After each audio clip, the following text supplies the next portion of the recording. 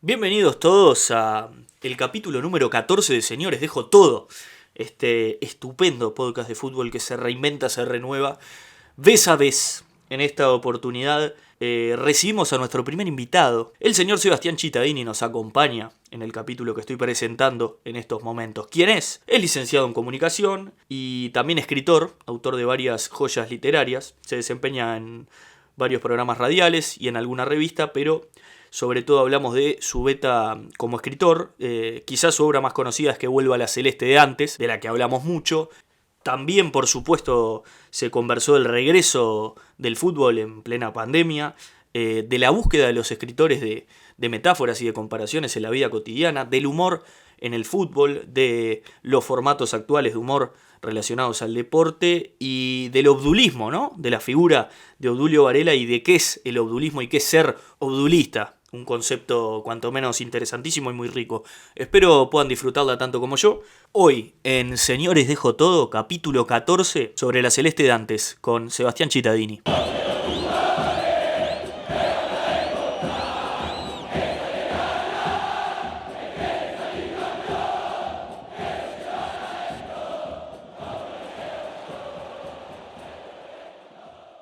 Sebastián Cittadini, creador de uno de los conceptos que más marca quizá al mundo futbolístico y literario de los tiempos que corren. ¿Cómo te trató? Vamos a hablar puntualmente de algo que trato de evitar, que es la pandemia, pero ¿cómo te trató la vuelta al fútbol en términos pandémicos? ¿Viste algo de Europa antes? ¿Te alegró el fútbol uruguayo que vuelva algo? ¿Qué te pasó con eso? Bueno, ¿cómo va, Wilfredo? Primero, gracias por la invitación. Un placer siempre poder compartir estas instancias para charlar un rato sobre fútbol, literatura y bueno, y demás cuestiones que nos interesan. En cuanto a lo que preguntabas vos sobre el tema fútbol y pandemia, la verdad que bueno, es como fútbol no escapa, ¿no? al escenario, al contexto que nos ha tocado vivir y en eso de enrarecer un poco, ¿no? Todas las situaciones que vamos viendo. También, ¿no? El fútbol es como que cuando volvió también lo hizo en una situación un poco atípica, ¿no? Con aquellos primeros partidos de la Bundesliga, con las tribunas totalmente despobladas, incluso antes de que se utilizara el recurso ese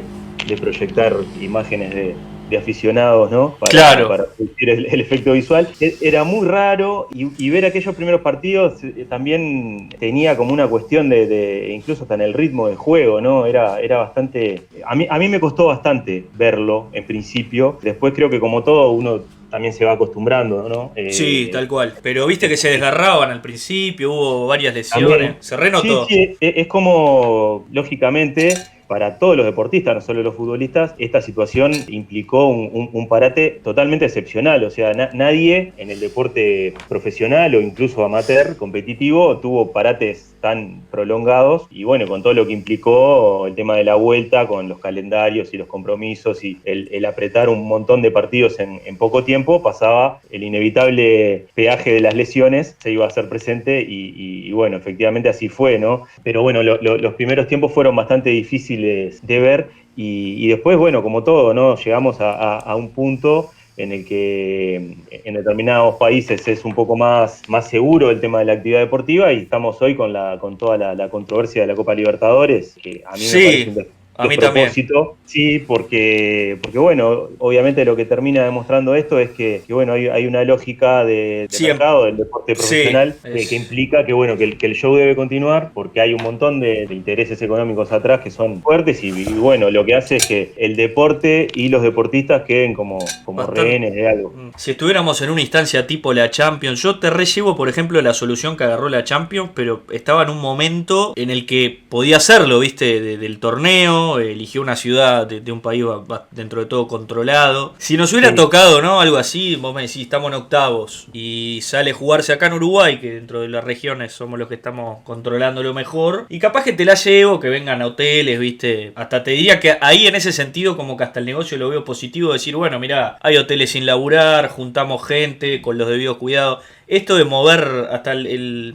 gache, los científicos, digamos, que asesoran al gobierno dijeron, Sí. la verdad que no está nada bueno, digo, circular el virus, yo que sé, Peñarol tuvo Claro. culo, viste, que ya viajó a Brasil antes de la pandemia, pero imagínate ir a Brasil, ponele. No, claro, además, Chile un poco bajó, pero igual es una cagada. Nacional juega con un obviamente. cuadro con Caso, ¿no? Sí, de hecho saltó un caso nuevo en Racing, en un jugador que estaba concentrado. Pa. Y bueno, de los jugadores también trasladaron esa preocupación que es absolutamente lógica. Re, más eh, vale.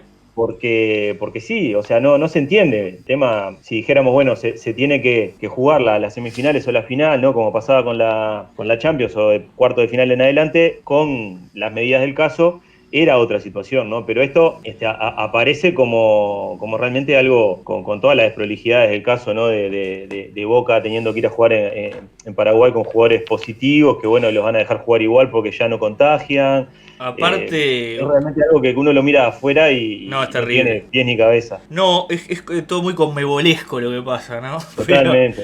Che, pero vos sabés que hablando de odulismos y demás yerbas, viste que no te imaginás a dirigentes, no tanto de ahora, porque no sé, pero de dirigentes históricos. Yo me imagino certificados de COVID de Paolo Guerrero, por ejemplo, viste, llegando al aeropuerto y agarrándose COVID. Pero si yo me siento bien, no, fuera. Y tiene que jugar el 9 de la tercera, ¿viste?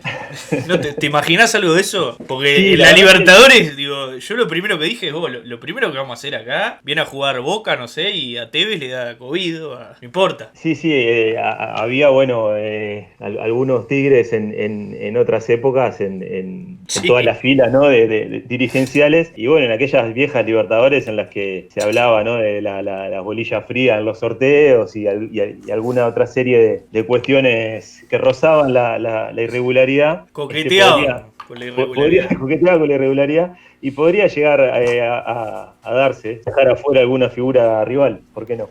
Una como escritor te pregunto. Sí. El escritor busca siempre, ¿no?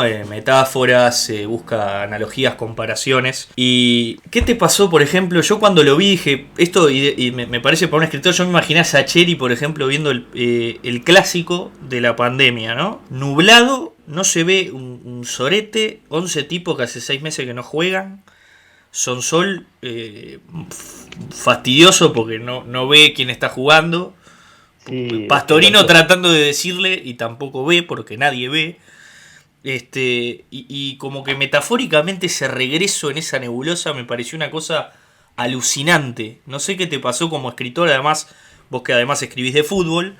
¿Te pasó que no es una metáfora como excelente eso que pasó?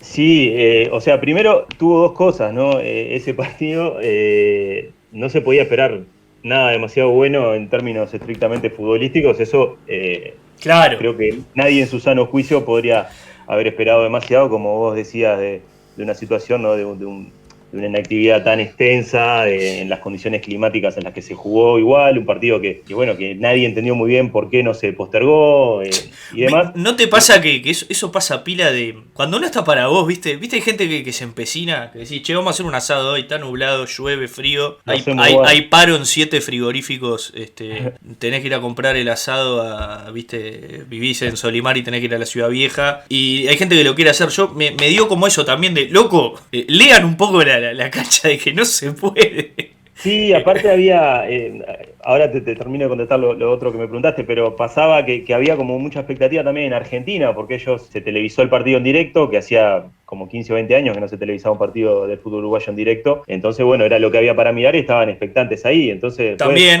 amigos argentinos me mandaban mensajes, che, pero este partido no se puede jugar, me decía, no se ve nada, era como, viste, que te tomaban un poco el pelo también, y ahí entra como en juego que lo que vos decías, ¿no? El fútbol, para los que escribimos cosas relacionadas con él, tiene un montón de metáforas de la vida, porque bueno, es una de las expresiones culturales más importantes, por lo menos de los países que tenemos una cultura futbolística muy importante, y entonces bueno, hay un montón de elementos que nos permiten entrar en el terreno del humor, en el terreno de la poesía, del drama, de un montón de cuestiones enfocadas a los diferentes recursos que pueden ser literarios o también artísticos, ¿no? O sea, a través de películas o de, no sé, obras de teatro. Se ha hecho de todo tipo de manifestaciones culturales relacionadas con el fútbol como elemento central. Y entonces, bueno, sí, ahí claramente era algo, no me tocó escribir nada sobre eso, pero sí, sin duda que tenías un montón de elementos o cliché de dónde agarrar como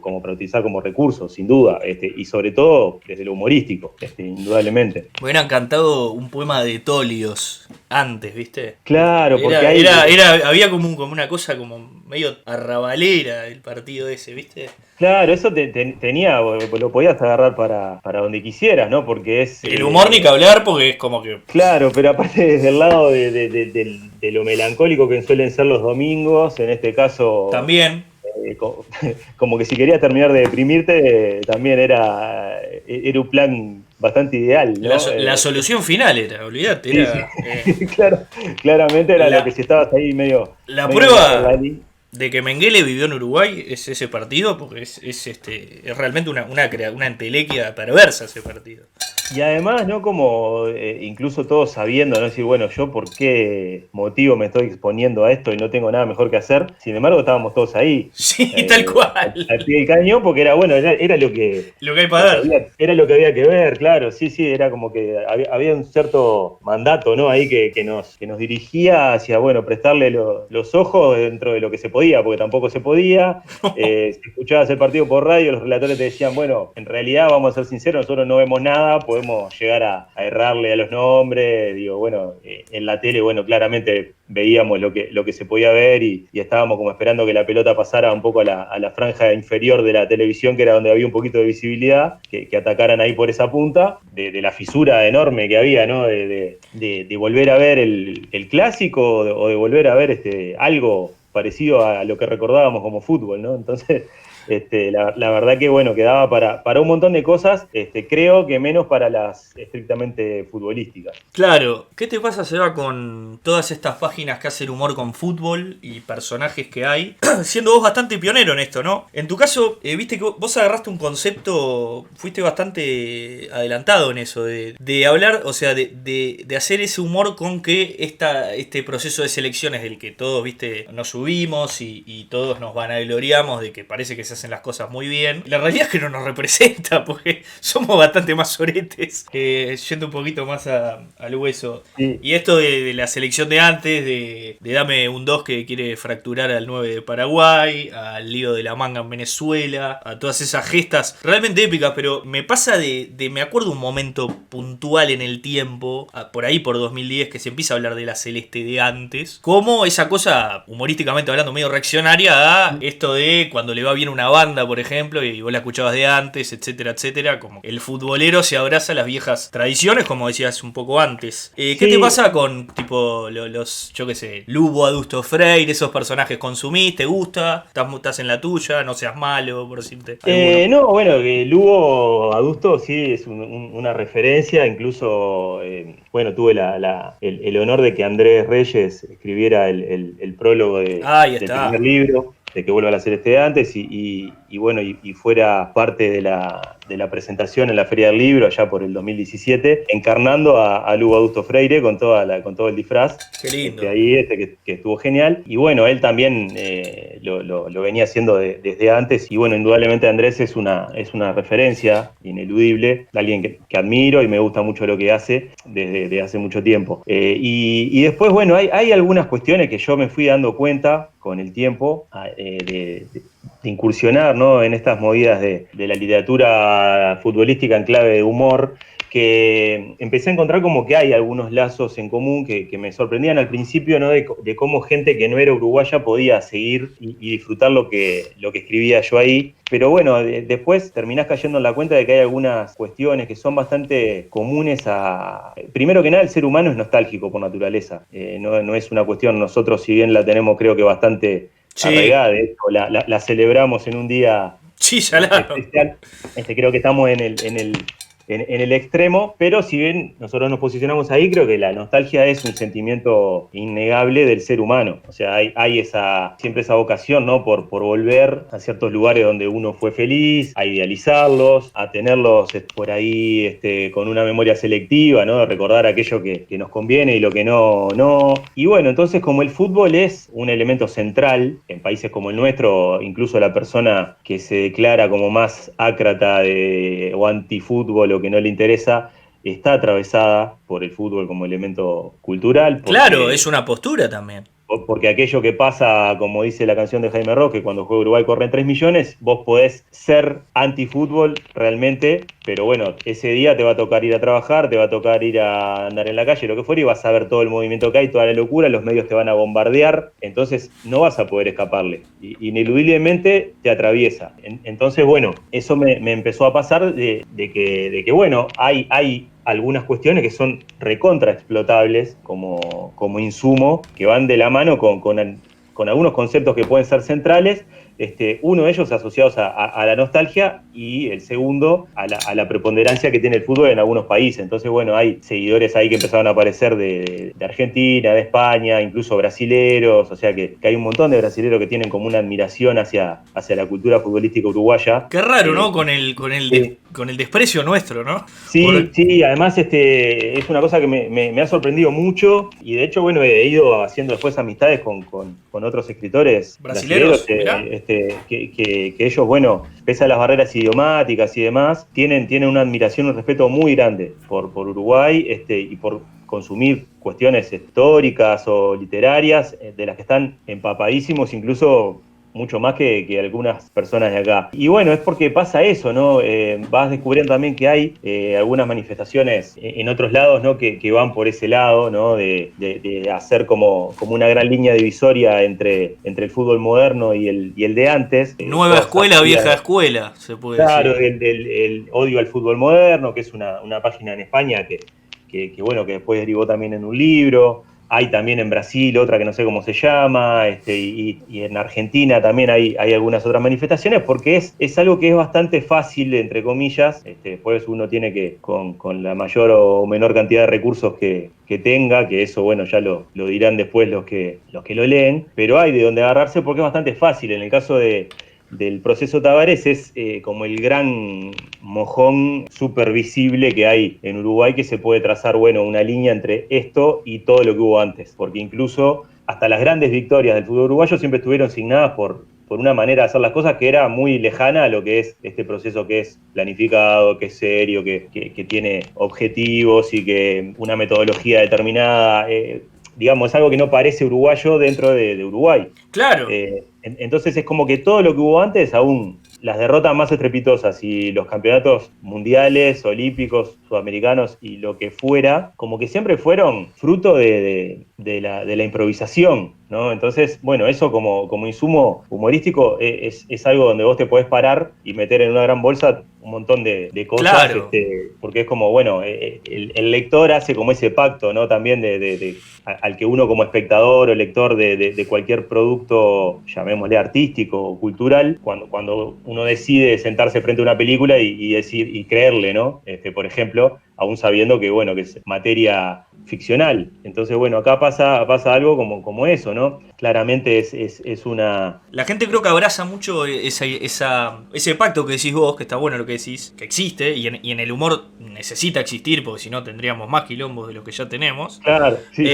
Existe, la gente abraza ese sarcasmo, esa ironía, con la que se compara esta planificación de ahora, que como decís, y creo que es donde empezó a hacer gracia o sea, esto es demasiado bueno para ser cierto, para lo que estamos acostumbrados, ¿no? Che, te pregunto puntualmente ahora, bajando bien a tierra, el obodulismo, concepto delicioso, de las cosas que más me gustan. ¿Qué es el obodulismo? Del autor quizás, porque se podría decir que el autor es Obdulio, pero alguien lo señaló y empezó a marcarlo en otros, ¿no? ¿Qué es el obodulismo? Y el obodulismo fue como una cosa que fue surgiendo también al ser, yo creo que todas las cuestiones, ¿no? que se desarrollan desde el lado de lo digital, ¿no? y de las redes sociales, cambiaron, ¿no? Como toda la dinámica se horizontalizó y entonces, bueno, obviamente tiene que haber tiene que haber un ida y vuelta, ¿no? Y hay mucha cosa que surge de la interacción. Y bueno, ahí entró como en juego toda la admiración que yo tenía desde siempre por la figura de Obdulio, y bueno, que no soy el único, ¿no? Ni mucho menos. Pero bueno, había ahí como un elemento central que, bueno, como que fui viendo que podía llegar a ser como representativo de todo lo que haya por debajo, entre comillas, ¿no? Y como todo ismo, como se da en política o se da en cualquier cuestión filosófica, ideológica o lo que fuera que alcance un ismo, es una cuestión de límites muy laxos, ¿no? O sea, uno lo puede llevar para donde quiera, porque lo que justamente lo hace fuerte es el peso de esa figura sobre la que se van a cargar determinadas cualidades o ser tomado como un modelo a seguir. Y entonces, bueno, la figura de Obdulio tiene como un montón de atractivos que hacen que sea como fácil de idealizar y de forjar en él como un arquetipo del uruguayo o de cierto tipo de uruguayo, ¿no? Al que también podemos mirar con nostalgia. Porque efectivamente, bueno, como cualquier persona es hija de su tiempo y es fruto también de las circunstancias y del contexto histórico en el que le tocó vivir. Entonces, bueno, a partir de ahí se puede llevar para un montón de lugares que tienen que ver con una forma de vivir, una forma de pensar, de actuar en de consecuencia, liderar, ¿no? ¿no? Es un tipo de liderazgo. Es fascinante, ¿no? La figura de Obdulio es fascinante.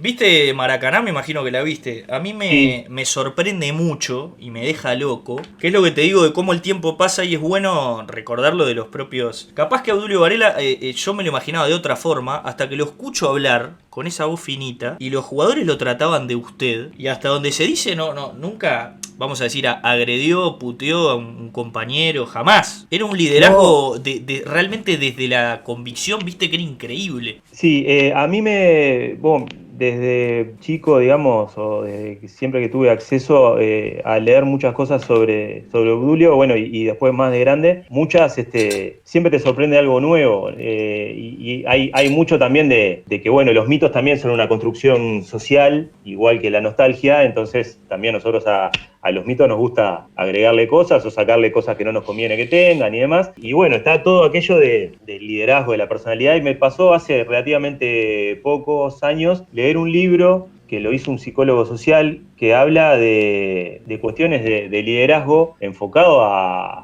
empresas, a organizaciones o a cualquier ámbito de la vida, en el que toma como uno de los elementos centrales la figura de Obdulio Varela, y no es un libro que en absoluto tenga que ver, o sea, un libro de fútbol, ¿no? Habla ahí de universidades europeas en cuya carrera de psicología se menciona el caso de Obdulio Varela para hablar de liderazgo o de psicología de grupos. Es muy fuerte, ¿no? Leer eso, porque es algo que efectivamente no es del palo del fútbol y sin embargo lo toma como un ejemplo. Y uno con esas cosas es como que toma un poquito más de conciencia de la dimensión que tenía ese tipo, ¿no? Es realmente, a mí, bueno, no me deja de fascinar, porque es riquísimo, o sea, en su pensamiento, en su manera de decir cosas. Hay millones de frases, una persona que tenía una inteligencia emocional, como se dice en ese libro, superior. Increíble. Increíble, El ¿no? tipo se abraza con los brasileros. Cuando sale campeón, se va solo a los bares a llorar con ellos. A decir qué les hice. Claro, ¿Viste? y a cuestionarse, exactamente, a cuestionarse, increíble. decir, bueno, él en alguna entrevista muy posterior decía, bueno, nosotros en realidad cuando salimos de Uruguay nadie creía en nosotros, después los dirigentes hicieron la fiesta para ellos y en realidad valía la pena que nosotros hiciéramos que un pueblo de tantos millones de habitantes estuviera triste para alegrar a unos pocos que ni siquiera creían en nosotros, ¿no? Algo así, como que en ese momento... Hasta hoy igual eso, ¿eh? Sí, yo creo que son muy pocas las bondi, personas. en el bondi de Sudáfrica también se quería subir algún dirigente que en Claro. su momento Sí, creo que Bauzá le dijo, no muchachos, ustedes no, claro. váyanse. Sí, porque Esto eso es así. pasa Sí. y son pocos realmente, me parece, los que son capaces de sacar la foto completa en esos momentos de euforia y de exitismo, ¿no? Porque Tal cual.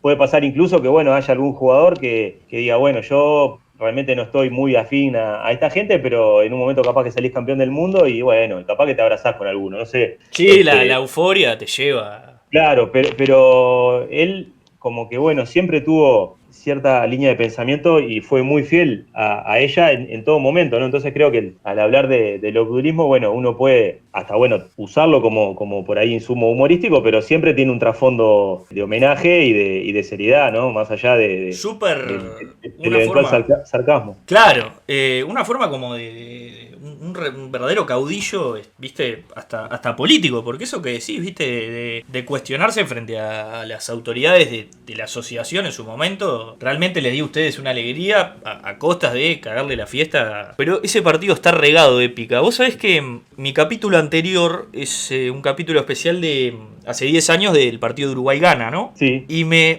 pasaba alguna paradoja medio rara, que es la que quería plantear dentro de varias cosas, obviamente reconstruir un poco la definición por penales, recordar relatos. Mi favorito el de Carlitos Muñoz, no sé si tenés un predilecto. Y los comentarios del Toto. Vos sabés que el Toto en ese mundial, me parece que fue el MVP del mundial, ¿no? Era una cosa, no sé si te lo acordás, estaba como todo cheguevarizado, puteaba a los jueces, decía, qué burócrata jugando para el primer mundo, Era una cosa, todo tomado por el antiimperialismo, era como todo loco. Sí, estaba. además, bueno, un Totó que ya creo que para esa época ya había entrado en una fase sin filtro Sí, total, ¿no? ya estaba. Puteaba a Van Sí, Bommel, ¿te acordás? El 5 de Holanda, la final. sí, yo vos Decía, sabés que no, ¿cómo pega Y vos estás no tengo muy presente, lógicamente vi todos los partidos, los viví con toda la emoción Sí, que claro. lo vivimos todos, ¿no? Pero no, sí me acuerdo del relato de Carlos Muñoz, Quedó. de escucharlo muchas veces después, sobre todo, pero sí es algo que ese mundial nos marcó, ¿no? Yo creo que los mundiales en sí son un fenómeno cultural muy interesante a nivel global. Trascienden el fútbol, ¿no? Trascienden el fútbol, ni que hablar. Además hay como una cuestión de que, por lo menos en los países futboleros, muchos tendemos como a pensar nuestra vida en relación a los mundiales también, ¿no? Decir, Sí, sí, bueno, sí. asociar momentos de nuestra vida buscando como parámetro, o decir, sí, bueno, fue con el mundial de tal, y bueno, después hay una cuestión ahí bastante central, que es el tema bueno, del recuerdo que tenemos todos, de cómo idealizamos nuestro primer mundial o aquellos mundiales que vimos en la infancia o en la adolescencia, ¿no? Aunque no hayan sido los mejores, para nosotros fueron los mejores. Para mí Corea-Japón es tal cual, es lo máximo Corea-Japón. Claro, yo el mundial que tengo así en el recuerdo es Italia 90, digo, yo soy Ay, más qué grande, lindo. pero claro, eso me marcó porque, bueno, tenía 13 años. Y Claro, después, lo bueno, tenía fresquito. claro, en el 86, bueno, vi toda la épica de Maradona, que también soy muy maradoniano a ultranza, entonces, ¿Sos bueno, maradoniano? Qué sí, lindo. sí, sí, a full, a full. ¿Maradoniano y obdulista? Sí, Hay, sí, ahí, bueno, un ejercicio ahí, tenés que meditar, hacer algo. Porque sí, la biografía de Twitter está especificado ahí, ¿viste? Que bueno, no me habrá juzguen. quien lo cuestione, pero yo creo No, que tienen cosas en común, tienen cosas en común, La sí. rebeldía esa que lo catapultó a Incluso, Maradona, ¿no? claro, incluso hay algunos aspectos que uno puede como unir, ¿no? Que en cierta forma el 86 es el Maracaná de los argentinos también. Totalmente. Es como eso que quedó ahí, idealizado, y todo lo que viene después se compara con eso también. Todo. Y claro, la figura de Maradona, o sea, lógicamente es muy distinta a la de Obdulio, pero también es una persona que ha dicho cosas, que bueno, que se ha equivocado, obviamente. Hay una tendencia a juzgarlo en su vida personal, que bueno, en la que yo no me voy a meter porque No. no corresponde, y además, bueno, porque yo soy maradoniano y entonces no me meto ahí ni a palos, ¿no? Pero sí que El hay argentino, mucho viste más que en dice, común. yo te juzgo por lo que hiciste por mi vida. No lo que hiciste con la tuya, claro. Sí, Es sí. una frase. Y entonces ahí es como que hay un montón si uno hiciera el ejercicio, podría encontrar, bueno, que Maradona es como eso, fue como fue, bueno, porque es argentino y es un hombre que es fruto de su tiempo, de su contexto, Tal del cual. país donde nació, de la forma de ser que tienen los argentinos. Y un poco Obdulio también es como era el Uruguay en esa época, como era el uruguayo. Claro, uno puede ver reflejadas ciertas características que, lógicamente, no todos los argentinos son iguales, no todos los uruguayos somos iguales, pero como que podríamos encontrar ahí alguna línea de contacto, ¿no? Entre esas dos personalidades centrales del fútbol argentino y uruguayo. Entonces creo que por ahí va la cuestión, ¿no? de encontrar como esa épica asociada a lo que vos decías antes de que en toda épica hay un líder o hay un caudillo que comanda. Y entonces, en Sudáfrica nuestro caudillo fue Forlán, que es un caudillo raro, ¿no? Sí, lógicamente lo de Forlán en Sudáfrica. El hijo de Pablo Forlán. Hijo de Pablo Forlán. Seamos claros. Totalmente es algo que bueno, a veces uno lo analiza, que pasaron 10 años, y a veces te lo pones a pensar y realmente tiene como ribetes surrealistas, ¿no? El tipo parecía que estaba poseído, no sé, que estaba endemoniado. Esa pelota, claro, para él fue realmente un amor de verano, pero terrible. No, y aparte que creo que a veces no tomamos conciencia de lo que implicó, ¿no? O sea, mejor jugador del mundial claro. En un fútbol ultra profesionalizado, ¿viste? O sea, claro, yo que viví la década del 90... Los italianos. De ausencia de los mundiales, ¿no? Más allá después del Mundial 90, o sea, 94, 98 afuera. Y bueno, o sea, que ver después a un uruguayo ser el mejor jugador del Mundial y no ser el goleador porque empató con Müller y Müller tenía más asistencia, porque podía haber sido Balón de Oro y Botín de Oro. Una cosa absolutamente loca, ¿no? O sea, la trascendencia que tiene eso va a crecer con el tiempo, y tal vez se atenúe un poco por la forma de ser de Forlán, ¿no? Que nunca fue un tipo que resultara como demasiado simpático, ¿no? O preocupado por agradar a nadie tampoco. El tipo, nada, es como es, por ahí no es una figura carismática, pero no lo necesitó porque realmente lo que hizo, y yo creo que realmente ese equipo, bueno, lo que pasó en el partido con Holanda, que sí, me pasó de cuando vi la película de Jaime Ross, sí. Me salí del cine con una bronca, ¿no? Porque realmente sabíamos que se habían robado, pero eso... pero el raconto, porque ese es un tema muy futbolero, ¿no? Pero es algo que creo... Una piña trae otra. Pero ¿sabés lo que creo de las cocinas arbitrales? Si te quiere cocinar un árbitro... esto es un hablemos sin saber furioso, pero viste que siempre se habla de esa mano que no fue, ese penal. Para mí la cocina arbitral está en el empujón que te cobran cuando avanzás, en el foul que no le cobran al otro. Es como despacito, a fuego lento, no es una jugada trascendental que no te cobran un juez, vamos a decir, que inclina la balanza. Fuera de que estoy haciendo, ¿no? Una acusación bastante dura contra todo el arbitraje. Pero es así, vos sabés, para mí lo veo así. Sí, aparte de un equipo que perfectamente se podría haber plantado en la final y bueno, teniendo en cuenta que en esa semifinal... faltaban varios soldados. Faltaba Suárez, faltaba Lugano, faltaba Fuchile, que fue... clave. Espectacular en ese mundial, ¿no? Terrible mundial jugó. Hizo flor de mundial sin bueno, levantar un centro con la izquierda, además. No, claro, realmente. Realmente doblemente meritorio, porque jugó de lateral izquierdo sin izquierda. Un fenómeno. Sí.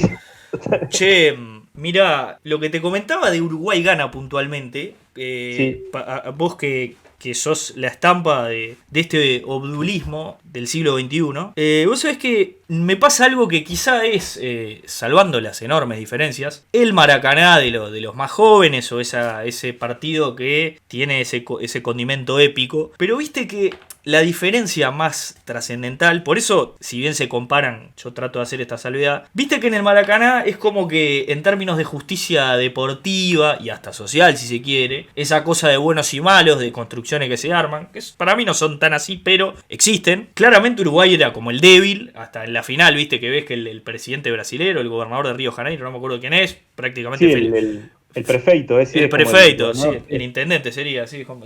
El Dicandia Carioca felicitaba, pobre Dicandia lo maté, felicitaba a los brasileros por ya ser campeones antes de empezar el partido. Y eso como que nos sacó algo de adentro que nos hace darlo vuelta. Sin embargo, el bueno o malo en Ghana-Uruguay no está tan claro, porque Ghana era el primer africano, podía ser el primer africano, ¿te acordás?, en jugar semifinales. Sí. Mandela los recibió en la casa, tenían un ploteo en el ómnibus. En el capítulo empecé a investigar y me di cuenta, dije, realmente fuimos los aguafiestas, porque todo el ploteo de Ghana hacía orgulloso a África con las pancartas, Mandela que los recibió en la casa, todo el continente apoyándolo, pero justamente era raro porque éramos, digamos, el visitante claramente, pero no éramos un visitante débil, entre comillas, porque hasta te diría que en el relato futbolístico y en la historia futbolística, el débil era el africano, y además era como el mundial en el que medio que el mundo un poco le dio la mano a África por 10 minutos, y cosa que nunca pasa, y le dijo, bueno, a ver, qué lindo África, a ver, vamos a jugar a la pelota acá, y después nos vamos y nunca más le damos pelota. Sí, y era el minuto de gloria de ellos, y realmente, viste, le fuimos a cagar la fiesta. Entonces Uruguay gana, tiene como ese componente raro de que, cómo hay grises, ¿no? En esto de los buenos y los malos, el débil y el fuerte. No sé qué te pasa a vos, pero a mí lo que más me mató de ese partido es eso, de que cuál es el débil, cuál es el fuerte, cuál es el bueno y cuál es el malo acá, ¿no? Realmente acá está como muy difuso. Sí, ahí es muy interesante lo que decís, porque entraría en juego, ¿no? Un poco lo que hablábamos antes, ¿no? De que Obdulio, bueno, fue el único que tuvo la claridad de abstraerse un poco de toda la nube de gloria y demás cuestiones, y tomar como conciencia de lo que había pasado, y que realmente capaz que estaba parado en el lugar equivocado, ¿no? Y que eso por ahí debería haber terminado de otra manera. Y bueno, sí, obviamente nosotros lo vamos a ver por el lado de la épica y porque estábamos del lado de los ganadores, ¿no? Que es como, bueno, los que cuentan la historia son los ganadores, como dicen. Sí, es tal cual, es tal cual. Pero sí, hay algo, me hizo pensar lo que dijiste, me acuerdo que había una publicidad de Puma. Sí, de Pipe Stein, que fueron a Ghana, ¿te acordás? Claro, y era desgarrador ver, ¿no? Los tipos cuando le nombrabas a Suárez, veías, ¿no? Claro, y vos decís, bueno, sí, es lógico que pase, porque a mí me pasaría lo mismo. Claro. ¿No? Es ineludible que pensar, digamos, que bueno, nosotros lo estamos viendo del otro lado del mostrador, pero realmente es como que te mostraran una foto del Cuco, ¿no? O sea, obviamente sí. era el tipo al que odiaba. El demonio. Tapa, entre comillas, ¿no? Tal cual. Y bueno, y había toda esa euforia, esa ilusión que había de África unida como continente. Claro. Era algo realmente muy significativo. O sea, hubiera sido lo que vino a hacer Uruguay ahí fue realmente coartar la chance, digamos, de hacer historia del continente africano. Entonces, hubiera sido una historia completamente distinta de la que nos hubiera tocado ser partícipes si la cosa hubiera, digamos, el penal de Jean hubiera entrado, de estar del otro lado de la historia, ¿no? Que ahí quiero ver cómo nos hubiéramos parado ahí nosotros. Seguramente no lo hubiéramos hecho con la misma dignidad. No. Estoy seguro. ¿Vos decís que había conato ahí en la manga? A nivel social, emotivo, ¿no? De pensamiento, creo que bueno, nosotros tenemos algunas cuestiones ahí medio desagradables a veces, ¿no? De creernos que somos el centro del mundo, sobre todo en cuestiones futbolísticas, ¿no? Que es lo que nos da como motivos para creernos que somos más de lo que somos, ¿no? O de poner a veces expectativas desmedidas en un hecho que es deportivo y, si se quiere, cultural, claro, o social. Pero sí, es como que uno ve que bueno, hace poco me tocó, por ejemplo, este ejemplo me parece que es lo más gráfico, con Bruno Rodríguez, que es un amigo periodista brasilero. Hicimos un vivo de Instagram por los 70 años del Maracanazo, y cuando nos conectamos, él aparece con una camiseta Uruguay. No. Es una cosa que yo se lo dije ahí, le digo, esto que estás haciendo vos, yo no lo haría nunca. Pero te matan acá, imagínate ponértela de... Pero, o sea, él lo hizo con una autenticidad y una dignidad. Imagínate andar por 18 con la de Marc Preciano, el que nos clavó en el repechaje de 2006. Claro, pero digo, él realmente lo hacía desde un punto de respeto, homenaje, ¿no? O sea, de respeto, totalmente. Es una cosa que cuando uno ve esas, como esos clichés que hay, ¿no? De que uno crece con, bueno, el argentino hay que odiarlo, el brasilero hay que odiarlo. Claro, tal cual. Y te digo otra que me parece que re va en tono con lo que decís. Viste, el caso Suárez-Chiellini, por ejemplo, o te doy otro ejemplo. Acá cuando vemos Barcelona-Real o Real Atlético, que capaz que Uruguay le tira más, capaz que ahora no con Valverde, pero eso del Atlético tiene bastante futbolísticamente en común con Uruguay, este Atlético del Cholo. Viste que claro. Chiellini es un sorete, o Sergio Ramos es un movimiento.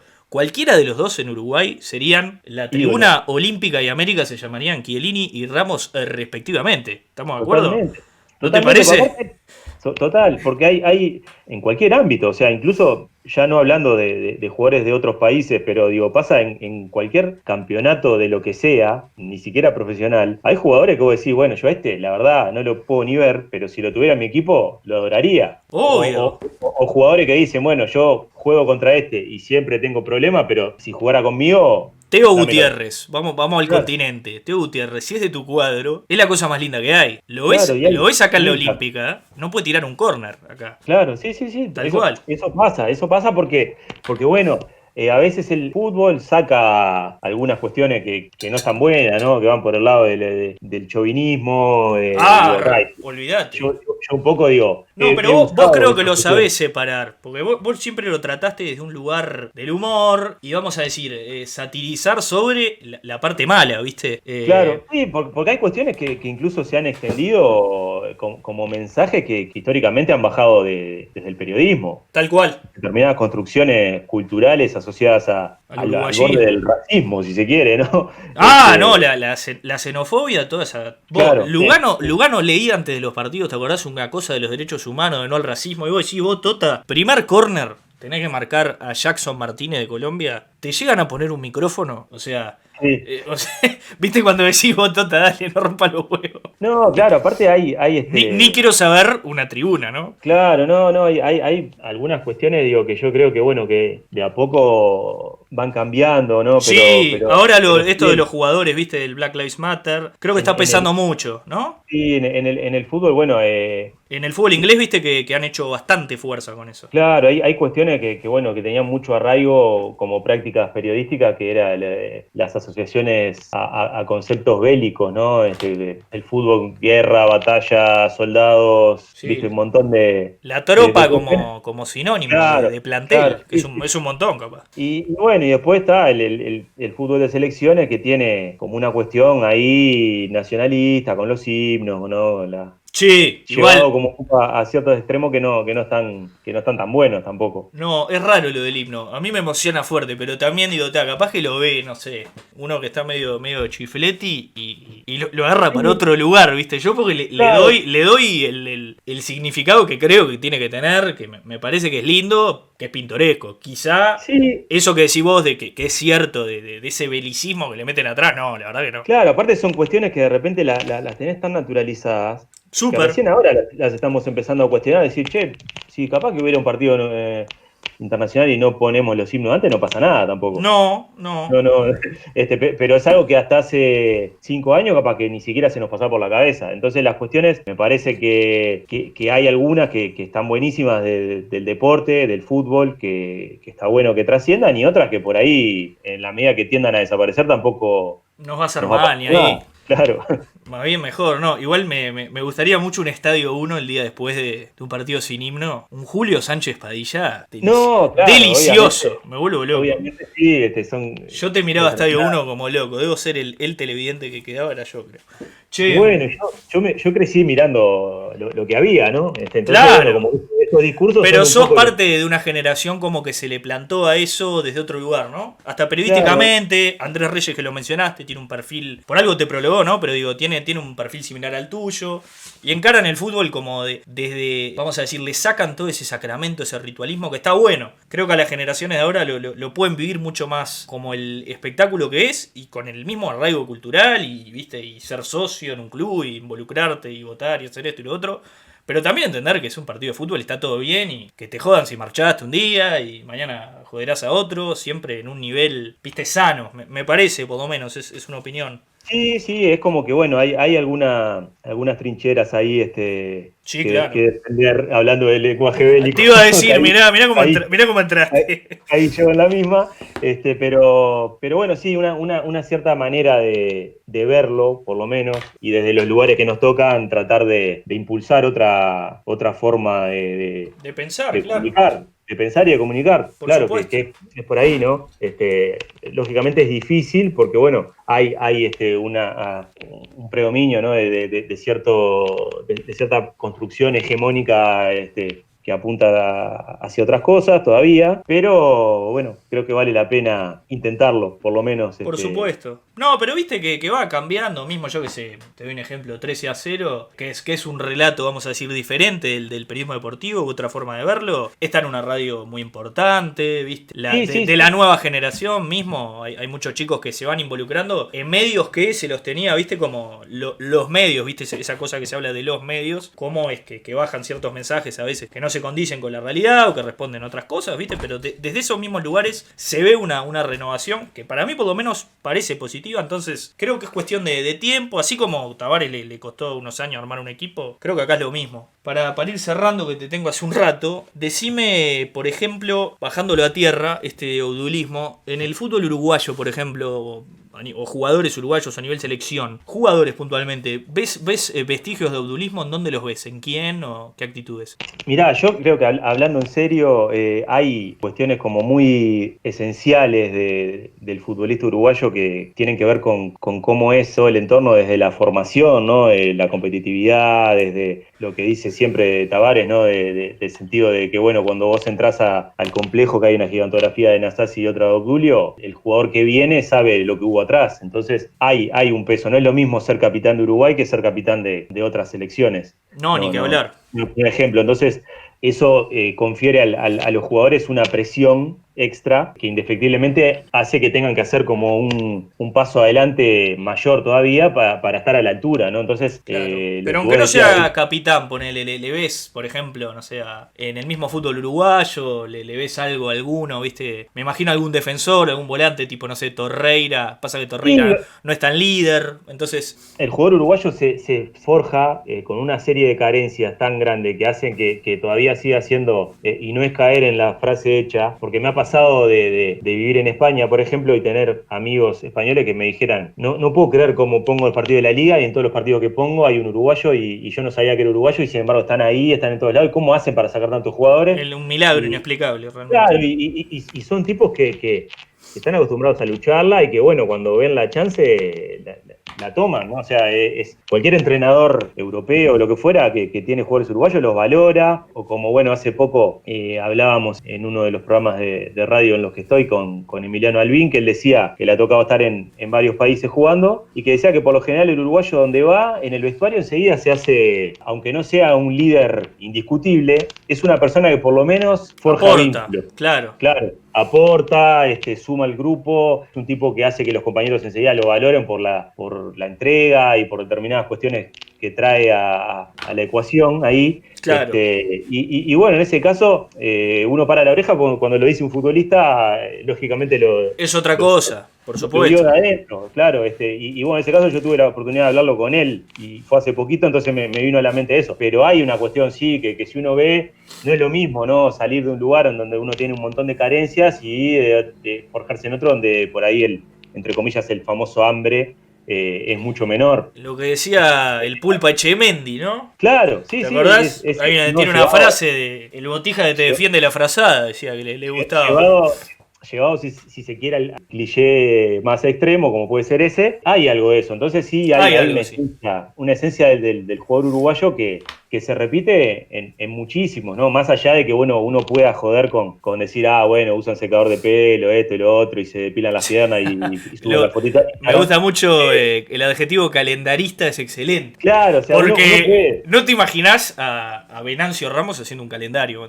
Claro, no, pero digo, más allá de que uno pueda, obviamente, utilizar eso como un antes y un después y un claro quiebre, porque bueno, obviamente estos futbolistas que juegan hoy son producto del tiempo en el que viven. Y del claro, en el que viven son hijos de su tiempo, más vale. De todo, ¿no? Pero sí, pese a todo eso, uno puede ver que hay un plus, ¿no? Hay un jugador que de repente le toca debutar en la selección muy joven y por ahí es un gol y lo ve emocionarse hasta las lágrimas y ve cosas que no pasan en otros países. No, es muy especial. No es caer en el, no pedí nacer acá, tuve suerte y somos los mejores y todo lo demás no vale.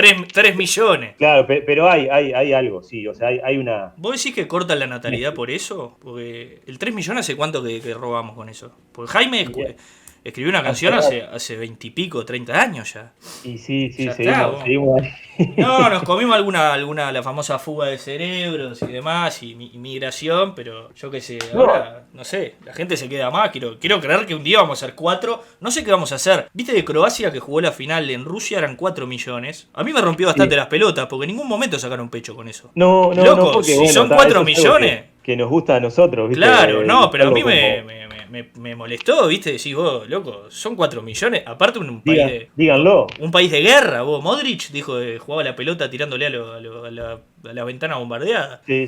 Ahí tenés otra cosa que decías vos, ¿viste? Del cliché uruguayo de pensar, no, nada, Croacia, que... Y vos, mirá que son hijos de la guerra balcánica. Se pelearon los padres con las madres, son hijos de eso. Exacto. También, y en un corno te van a matar.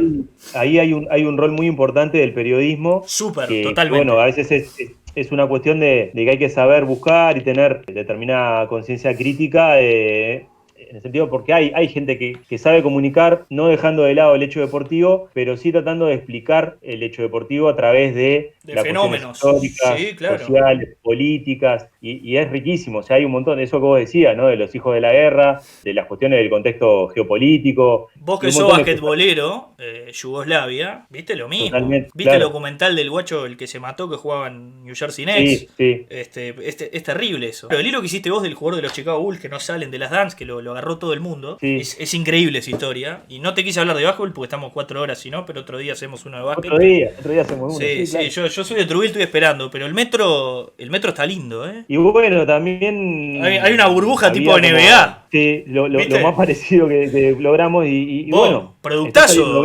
Este metro pandémico está... Como producto y bueno, también lo que pasa con... Creo que el fútbol de la B, realizado en el Charrúa, está súper atractivo también visualmente, ¿no? Y la dignidad que le han dado a este fútbol, sí, le voy a dar un pico al Tano Gutiérrez. No, estoy todo tomado. Agradecemos a Paco. Sí, claro. No, fuera de joda. Esta te la re llevo, de verdad, porque en el césped sintético, ¿viste? El otro día veía Central Español Villa Española, parecía que salían, ¿viste? De un estadio europeo, los locos, ¿viste? Obviamente, después arranca el partido y tiene la fricción y el pelotazo que nos ha forjado. Que juegan mejor que algunos de la A, incluso. Sí, totalmente. Al cuadro tratan de salir jugando, hay un conceptito, hay una idea. Ni que hablar. Che, Seba, muchísimas gracias por tu tiempo, de verdad, ¿eh? Bueno, un placer. La verdad que podríamos seguir, terminamos casi que hablando de básquetbol, así que... Sí, hay que hacer una parte 2 de básquetbol, de verdad. A las órdenes, y bueno, encantado de haber compartido esta charla. Vamos arriba, ¿eh?